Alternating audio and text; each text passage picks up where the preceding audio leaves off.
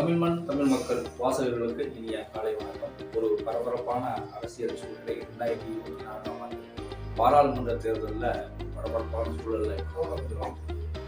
இந்திய அரசியல் சூழ்நிலை பற்றியும் இந்திய கள நிலவரங்கள் பற்றியும் மூத்த தொழிற்சங்க தலைவரும் அதிமுக திராவிட முன்னேற்ற கழகம் திராவிட முன்னேற்ற கழகம் இரண்டு கட்சியுமே தொழிற்சங்கத்தை வகித்த நிர்வாகிக்கும் சமாஜ்வாதி கட்சியின் மூத்த தலைவரும் தமிழ்நாடு யாதவ மகாசபையுடைய மூத்த நிர்வாகியும் அரசியல் அனுபவம் வாய்ந்த உங்கள் அரசியல் ஆசானமாகி அகில இந்திய அழகுமுத்து போன் மக்கள் கட்சி நிறுவன தலைவருமான டாக்டர் சிவசிவபெருமாள் ஐயாவை கேட்கறதுக்கு நிறைய விஷயங்கள் இருக்கு. வணக்கம் வணக்கம். எப்படி இருக்கீங்க? பரபரப்பான ஒரு அரசியல் சூழ்நிலை ஒரு உச்சகட்டத்தில் இருக்கிறோம்.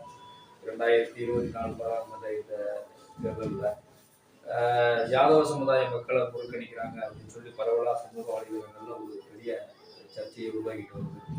மூத்த அரசியல் தலைவராக அரசியல் ஆலோசகராக பல தேர்தல்களை சந்திச்சிருக்கீங்க. நீங்க உங்களுடைய கருத்து என்ன? ஒரு சூழ்நிலையை பற்றி நீங்க என்ன சொல்ல வரீங்க? நான் சொல்றது என்னன்னு கேட்டா, திமுக இந்த தேர்தலில் படுதோல்வியை சந்திக்கும். இல்ல, திமுக 38 இடத்துல ஜெயிக்கும் அப்படின்னு சொல்லி வல்லுநர்கள்லாம் சொல்லியிருக்காங்க. அதாவது எல்லாரும் சொல்றாங்க, மேற்போக்கா வல்லுநர்கள் தான் மேற்போக்கா சொல்றாங்க. உள்ளூர விஷயங்கள் என்னங்கிறது ஒரு கணக்கு சொல்றேன் கேளுங்க. டிரான்ஸ்போர்ட் தொழிலாளி 2,40,000 பேர் திமுகவுக்கு ஓட்டு போடுறாங்க. 95,000 அதாவது 95,000 ஓய்வு பெற்ற தொழிலாளர்கள் 101 மாசமா பஞ்சப்படி இல்லாம தடுமாறிட்டு இருக்காங்க. பஞ்சப்படி கொடுக்காம தடுமாறிட்டு இருக்காங்க. பஞ்சப்படி கிடைக்காதபடிக்கு 101 மாசமா. இல்ல, நேற்றுக்கு கூட திருநெல்வேலியில ஒரு போக்குவரத்து தொழிலாளி அவருக்கு அகவலைப்படி அவருக்கு சேர வேண்டிய இதெல்லாம் கிடைக்கல. Same subject. இதுக்கே அவரு நான் செத்து போயிடுறேன், எனக்கு எனக்கு அனுமதி கொடுங்கன்னு கேட்டு ஒரு தகவல் கலெக்டர் கிட்ட மனு கொடுக்குறாரு. நம்ம சகோதரர் தான் அவரு. உங்களுக்கு தெரிஞ்சவர் தான். எனக்கு தெரியும். அவரு ரொம்ப பரிதாபமான சூழ்நிலை. காரணம் 35-40 வருஷமா ஒரு பேருந்து ஓட்டுநராக இருந்துட்டு வண்டி ஓட்டிட்டு கடைசியில இறங்கி போகும்போது எதுவுமே கையில இல்லாம எனக்கு வாழ்வாதாரமே இல்லை, என்ன கொண்டுருங்கன்னு சொல்ற அளவுக்கு இன்னைக்கு போக்குவரத்து தொழிலாளர்களுடைய நிலைமை இருக்கு இல்லையா? அது அவனுக்கு கொடுக்க வேண்டியதுங்க பஞ்சப்படி. பஞ்சப்படி அதாவது ஜெயலலிதா காலத்துல நிறுத்தினாங்க. அதுக்கு பின்னாடி அது சம்பந்தமா பயங்கரமான டிஎம்கே ரொம்ப பெரிய போராட்டங்கள் நடத்திருச்சு. 2020 நடத்தின போராட்டத்தின் போது இதே முதல்வர் ஸ்டாலின் நீங்க யாரும் தயவு செய்து போராட்டம் பண்ணாதீங்க, மக்களுக்கு இடையிலா இருக்குது, அடுத்து வர்றது திமுக தான், வந்த 100 நாள்ல உங்க பிரச்சனையை நான் தீர்த்து வைக்கிறேன் அப்படின்னு சொல்லிட்டு வாக்குறுதி. இன்னைக்கு வரைக்கும் அந்த வாக்குறுதியை நிறைவேற்றல. 3 வருஷமா போகுது, இன்னைக்கு வரைக்கும் நிறைவேற்ற. இன்னொரு பெரிய வேடிக்கை என்னன்னா முக்கியமானது, 2 நீதிமன்றம், சென்னை உயர் நீதிமன்றமும் அந்த பஞ்சப்படியை கொடுக்கணும்னு சொல்லிட்டு தீர்ப்பு சொல்லி இருக்குது. மதுரை உயர் நீதிமன்றமும் பஞ்சப்படியை கொடுக்கணும்னு சொல்லி தீர்ப்பு சொல்லி இருக்குது. இவங்க சுப்ரீம் கோர்ட்டுக்கு போனாங்க. மதுரை உயர் நீதிமன்ற தீர்ப்பை எதிர்த்து திமுக அரசு சுப்ரீம் கோர்ட்டு போனுச்சு. சுப்ரீம் கோர்ட் நீதிபதி மதுரை உயர் நீதிமன்றம் என்ன சொல்லிச்சு அதை அமல்படுத்த அப்படின்னு சொல்லிட்டு தள்ளுபடி பண்ணிட்டாங்க. அதாவது இன்னொரு பெரிய வேடிக்கை என்னன்னா, 2010 இதே சட்டமன்றத்துல டாக்டர் கலைஞர் தொழிலாளர்களுக்கு சாதகமான ஒரு தீர்ப்பு வறுமையானால் அந்த தீர்ப்பை எதிர்த்து எனது அரசு அப்பீலுக்கு மேல்முறையீட்டுக்கு போகாதுன்னு சொல்லிட்டு கொடுத்ததுக்கு இன்னைக்கும் சட்டமன்றத்தினுடைய இருக்கு. அப்ப அவருடைய மகன் அப்பா கொடுத்த வாக்குறுதிய மகன் மீறாருன்னா இவர் தொடர்ந்து வதச்சிக்கிட்டு இருக்கிறார். என்ன காரணம் சொல்றாரு? காரணம் எதுவுமே சொல்ல. நிதி பற்றாக்குறையா?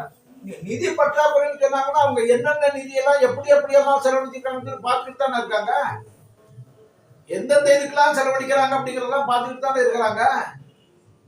அவனுக்கு என்ன ஒரு 1000 கோடி ரூபாய் கொடுக்கறதுல உங்களுக்கு என்ன குறைஞ்சு போயிரு போகுது?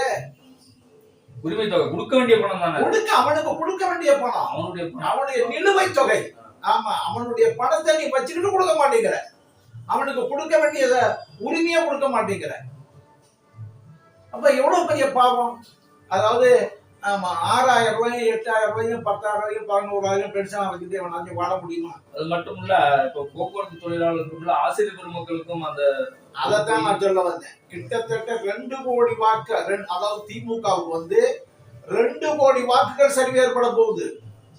அதாவது அரசு ஊழியர் யாருமே திருப்தியா இல்ல. எல்லாருமே இந்த அரசு மேல அவநம்பிக்கையில் இருக்கிறாங்க. கொடுத்த வாக்குறுதியை நிறைவேற்றல. போக்குவரத்து தொழிலாளர் ஒரு 13 லட்சம் பேர் அரசு ஊழியர், ஒரு குடும்பத்துக்கு 5 லட்சம் பேர், 5 பேர்னு வச்சிருக்கோம்னா எவ்வளவு ஆச்சு? 65 லட்சம் பேர் ஆயிடுச்சு. இது வந்து ஒரு 2.5 லட்சம் பேர், ஒரு குடும்பத்துக்கு இல்லைன்னா 12 லட்சம் ஆச்சு. யாதவர்கள் வந்து 84 லட்சம் பேர் இருக்காங்க தமிழ்நாட்டில். 84 லட்சம் பேர் இருக்காங்க. வாக்களிக்க அதாவது 85 லட்சம் வாக்காளர்கள்.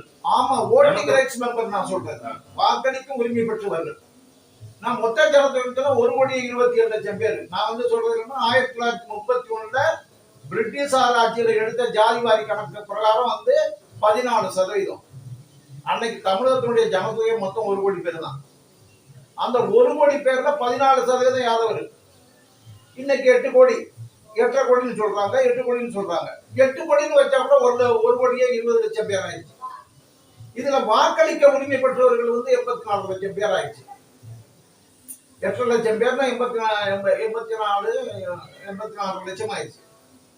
இப்ப அவங்க என்ன, அவங்களுக்கு என்ன அவங்களுடைய மரியாதையினை குறைஞ்சபட்சங்க. அதாவது 2011ல இதே முதல்வர் துணை முதல்வராக இருக்கும் போது ஆடு வளர்ப்பு நல வாரியத்தை கொண்டு வந்தாங்க. 2012ல தோத்து போயிட்டாங்க. ஜெயலலிதா கலைச்சி பிடிச்சி அந்த ஆடு வளர்ப்பு பணத்தை கலைச்சி பிடிச்சி அதை விடாம நான் லெட்டர் எழுதி 2014ல கால்நடை பராமரிப்பு துறை எனக்கு ஒரு லெட்டர் அனுப்புது. கால்நடை வளர்ப்போர் மேய்ப்போர் நல வாரியம் அமைக்க வேண்டியதன் அவசியம் குறித்து அரசுக்கு நாங்க பரிந்துரை செய்திருக்கணும். கால்நடை பராமரிப்பு துறை அரசுக்கு வந்து பரிந்துரை செய்யும். அப்ப அதுல இருந்து நான் வந்து தொடர்ந்து இது பண்ணேன். கடைசியில கூட வந்து என்னன்னு கேட்டா, நம்ம ஒரு கடைசி எலெக்ஷனுக்கு முன்னாடி கூட நம்ம அவங்க அதிமுக அவைத் தலைவராக இருந்த என்னுடைய மரியாதைக்குரிய அருமை நண்பர் மதுசூதன் கூட்டிட்டு போயிட்டு ஒரு தள்ளாத வயசு, எல்லாரும் ஒரு வயசு தான், நான் வரலாம் ஒரு வயசு தான், அவரை கூட்டிட்டு போய் முதலமைச்சர் எடப்பாடி பழனிசாமியை சந்திச்சு இந்த விஷயத்தை ஒரு 5 கோரிக்கை தான் வச்சோம். 5 கோரிக்கை, உங்களுக்கு நல்ல ஓட்டு கிடைக்குங்க அப்படின்னு. இந்த ஆடு வளர்ப்பு நல வாரியத்தை அனௌன்ஸ் பண்ணுங்க. இந்த அழகுமுத்துக்கோனுடைய அந்த அரண்மனை சீர்மனைகள் புதுப்பிச்சு தரேங்கிறத சொல்லுங்க. அழகுமுத்துக்கோன் சுடப்பட்ட இடத்துல ஒரு நினைவு சின்ன அமைப்பு சொல்லுங்க. ஜாதி வாரி கணக்கெடுக்கிற சம்பந்தமா சொல்லுங்க அப்படின்னு சொல்லிட்டு 4 கோரிக்கை வச்சோம். ஆர்வமா கேட்டாரு. அதுல அவர் என்ன சொன்னாங்கன்னா, இந்த அசம்பிளில வந்து நான் அந்த ஆடு வளர்ப்பு நல வாரியத்தை அனௌன்ஸ் பண்ணிடுறேன், அடுத்த ஆட்சிக்கு வந்தா ஜாதிவாரி கணக்கெடுக்கிறதுக்கு நான் வந்து இது பண்ணிடுறேன். 2 ஏத்துக்கிட்டாரு. அப்ப அது மத்ததெல்லாம் வந்து நான் ஆட்சிக்கு வந்தா மறுபடியும் நான் உங்களுக்கு செய்யறேன் அப்படின்னு சொல்றாரு. நல்லா பேசுறாரு, நல்லா பேசுறாரு. ஆனா அவருடைய துர்பாக்கியம் மறுபடியும் ஆட்சிக்கு வரல. ஆனா அந்த அசம்பிளியில சொன்னதை செஞ்சிருந்தாங்க சொன்னா அவருக்கு குறைஞ்ச ஓட்டு 3% தான். 3% ஓட்டுல தான் டெபிட் ஆயிருக்காரு. அவர் 45 இடங்கள்ல அவர் போயிருக்காரு. அந்த 45 இடங்கள் வந்துருந்துச்சுன்னா எடப்பாடி பழனிசாமி முதலமைச்சர் வந்திருப்பாரு. ஐயா, இப்ப சூழ்நிலையில தமிழ்நாட்டில் யாதவர்களுடைய நிலைப்பாடு என்ன? 84 லட்சம் யாதவர்கள் இருக்கிறாங்க. அவ்வளவு பேருக்கும் ஒரு தன்மானம் இருக்குது. ஒரு ஈனம், மானம், ரோசம், வெட்கம், சூடு, சொர்ணைன்னு இருக்குது. நம்மளை புறக்கணிக்க கட்சிகளை அவங்க ஏத்துக்குவாங்களா? நம்மளை புறக்கணிக்க திமுகவை ஏத்துக்குவாங்களா? காங்கிரஸ் ஏத்துக்குவாங்களா? பிஜேபி ஏத்துக்குவாங்களா? அப்போ வந்து நிலைப்பாடு நான் சொன்னாலும் நிலைப்பாடு எப்படி மாறும்? ஆட்டோமேட்டிக்கலி வந்து அதிமுகவுக்கு தேமுதிக அதிமுக கூட்டணி, அந்த கூட்டணிக்கு தான் ஓட்டுக்கு போகும். அதிமுகவுக்கு பெரிய கூட்டணியிலே சொல்றாங்க. ஆனா அவர் வந்து என்ன கேட்டா, தனியானாலும் தலை போனாலும் தீமைகள் நடப்பதை தடுத்து நிற்பேன் சொல்லி துணிச்சால் அதுதான் விளையாடுறாரு. அதிமுக கூட்டணியில பிரேம்குமார், டாக்டர் பிரேம்குமார், நம்முடைய பழைய பூந்தமல்லி நகர்மன்ற தலைவர் பூவை ஞானத்துடைய மகன் டாக்டர் பிரேம்குமார் கொடுத்துருக்காங்க. தேமுதிகல பாசாரி கொடுத்துருக்குறாங்க. நாம் தமிழர் கட்சியில 2 பேர். நாம் தமிழர் கட்சிக்கு யாதவருக்கு ஆக மாட்டேங்குது, பலத்த எதிர்ப்பு இருக்குது. நாம் தமிழர் கட்சி யாதவருக்கு அதாவது அந்த சீமானுடைய உளறல், சீமானுடைய புரியாமை. அதாவது யாதவர் கோனாரு, யாதவருங்கிறது ஆல் இந்தியா கம்யூனிட்டி. அந்த கம்யூனிட்டிக்குள்ள அந்த கம்யூனிட்டி வந்துடுது ஆட்டோமேட்டிக்காக. அதாவது தொழில் ரீதியாக கலாச்சார ரீதியாக அந்த கம்யூனிட்டியோட இந்த கம்யூனிட்டி சேர்ந்து இருக்குது. இன்னைக்கு ஆல் இந்தியா லெவலில் கெசட்டில் யாதவாசம் தான் நம்ம கொடுக்குறாங்க. இதை போய் நீ யாதவர் கோனார் தான், நம்முடைய பூர்வீகம் கோனார் தான், ஆயர்கள் தான், இடையர்கள் தான். தொல்காப்பியத்திலேயே ஆயர்கள் தான் சொல்லியிருக்காரு அவர். அதெல்லாம் சரி. ஆனால் இப்போ நாடு இந்திய நாட்டுக்குள்ள நம்ம இருக்கணும்னு சொல்லும்போது அதோட சேர்ந்து வரணும்னு சொல்லும்போது அங்கே நமக்கு 1924 ஜீவோ பாஸ் பண்ணிட்டாங்க.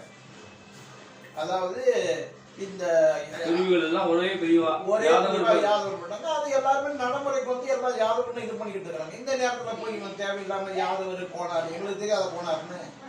இப்போ எனக்கு நான் யாதவன் போடுறேன், எங்க அப்பா சுப்பிரமணிய கோனார் தான் வருது, எங்க தாத்தா பெரிசாமி கோனார் தான் வருது, பத்திரம் கித்திரம் எல்லாத்துலயும். அதுல போய் யாதவன் மாத்திக்கிட்ட முடியுமா? நான் யாதவன் போடுறேன். என்ன எனக்கு பின்னாடி தான் யாதவங்கிறத வந்துச்சு. அது தெரியாம தேவையான இருந்தாலும் அது ஒரு பக்கம் இருந்தாலும் நம்முடைய பொறுத்தவரை 2 யாதவர்கள் நிற்கிறாங்க. நமக்கு மற்றவங்க வாய்ப்பு கொடுக்கறதே ரொம்ப கஷ்டமா இருக்குது. 2 பேருமே நல்லா இருக்கு. அப்ப மதுரையில கொடுத்துருக்கிறது ஒரு கல்லூரி பேராசிரியர் சத்யாதேவி, நடிகர் பரணியுடைய உடன் பிறந்த தங்கச்சி. ஓ, நடிகர் பரணியுடைய தங்கச்சியா? உடன் பிறந்த தங்கச்சி. ஓ, சரி. அதுக்கு அடுத்து அந்த பொண்ணு சத்யா. நல்ல ஒரு முன்னேற்றம். வாக்கு முதல் தேர்தல், 2வது தேர்தல், 3வது தேர்தலையும் நல்ல ஒரு முன்னேற்றமான 3வது தேர்தல் நிக்குது. 3வது தேர்தல் நிக்கிறாங்க. முதல்ல நல்ல ஓட்டு நினைச்சு, அதாவது 29,000 ஓட்டு அந்த செல்வாக்கி வாங்கினுச்சு சட்டமன்றத்தில். அப்ப நாடாளுமன்றத்தில் அந்த பொண்ணுக்கு ஒரு அனுதாபம் ஓட்டு இருக்குது. ஆமா, நிச்சயமா ஒரு அனுதாபம் ஓட்டுருக்குது. அது நம்ம யாதவர் பொண்ணு ஜெயிக்கணும், யாதவ பிரதிநிதி போகணும் அப்படின்னு தான் பார்க்கணுமே தவிர கட்சியை பார்க்க கூடாது. ஆமா, கட்சியை பார்க்க கூடாது. நம்ம பொண்ணு போகணும். ஆனா என்னன்னு கேட்டா அதெல்லாம் நம்ம சொன்னோம்னு சொன்னா நம்ம வரலாறு என்ன வரலாறு? முதல்ல மாவீரன் அழகுமுத்து போன இந்தியாவுடைய முதல் சுதந்திர போராட்ட வீரனா அங்கீகரிக்க வைக்கணும், டெல்லி அங்கீகரிக்கணும்.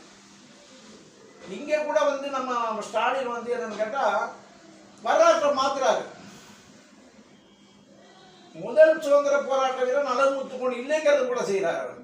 25 வருஷமா சொல்லிட்டு வந்ததை மாத்துறாரு. பல எதையுமே நமக்கு செய்யல. ஆனா ஒரு ஆடு வளர்ப்பு வாரியம் இந்த செஞ்சிக்கோட்டைக்கு ஆனந்த போன் பேர் வைக்கலாம். இப்போ ஆளுங்கட்சியில 2 பெரிய மந்திரிகள் இருக்காங்க, பெரிய வகுப்பு, பெரிய பதவியில் இருக்கிறாங்க. அதாவது ஆளுங்கட்சியில 2 மந்திரிகள் இருக்கிறாங்க. 2 பேருமே நல்லவங்க தான். ஒருத்தர் யாரோருடைய அடையாள தலைவர் ராஜகண்ணப்பன். அதாவது அவர் சுதந்திரமா இல்லை, அமைச்சரா இருக்காங்க. அவங்க இலாக்காவுடைய வேலைகளை சிறப்பா செஞ்சுக்கிட்டு இருக்காங்க.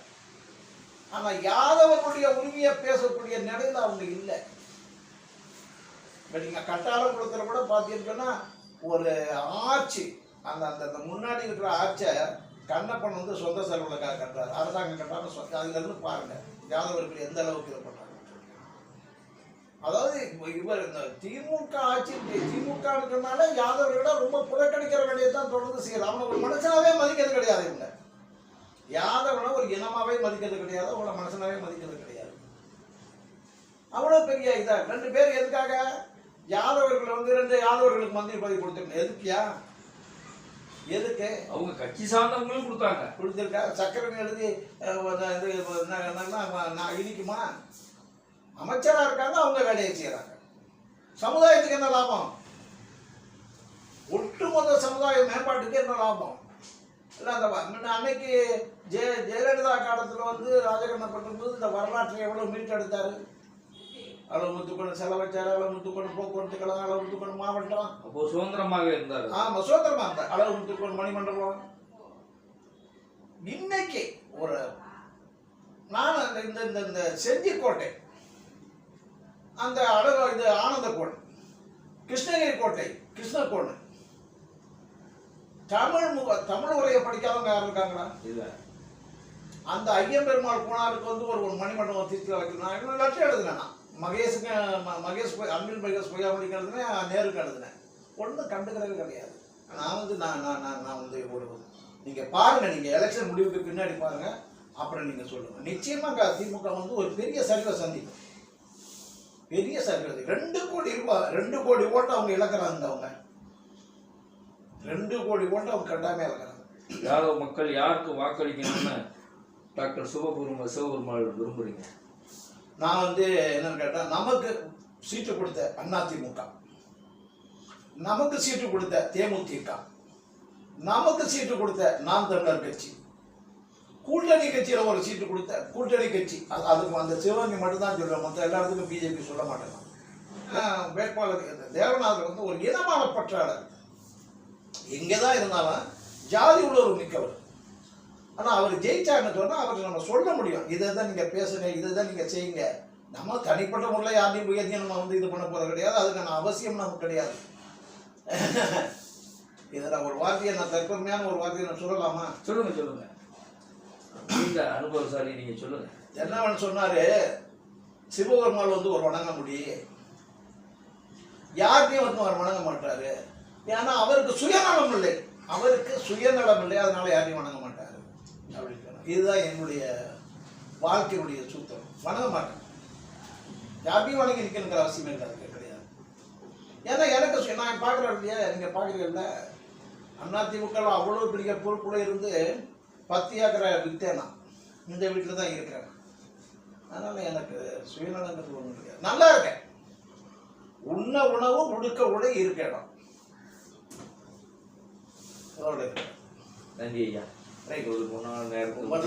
உங்களுடைய தமிழ் மக்கள் இயக்குனராகிய நீங்க வந்து நல்ல இல்லையா, உங்க தமிழ் மக்கள் சேனல் வந்து மேலும் மேலும் வளரணும்.